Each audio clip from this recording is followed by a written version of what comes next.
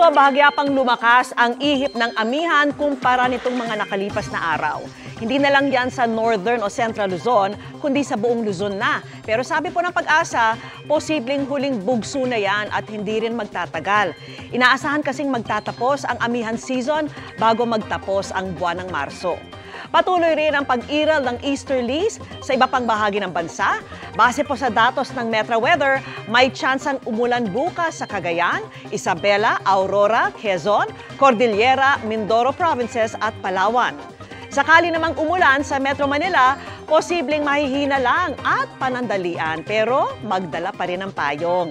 May kalat-kalat na ulan din sa ilang bahagi ng Visayas gaya ng Negros Provinces, Bohol, Cebu at Leyte. Mataas din ang tsansa ng ulan sa Zamboanga Peninsula, Caraga, Davao Region at Soc-Sargen. May heavy to intense rains po kaya maging alerto sa banta ng baha o landslide. Abiso po sa mga mangingisda, maalon pa rin at delikado pumalaot sa ilang baybayin ng Northern Luzon. Samantala, ngayong Miyerkules, March 20, nangyari ang tinatawag na vernal equinox, kung saan halos magkasing haba ang araw at gabi. Hudyat din yan ng spring sa Northern Hemisphere at autumn sa Southern Hemisphere.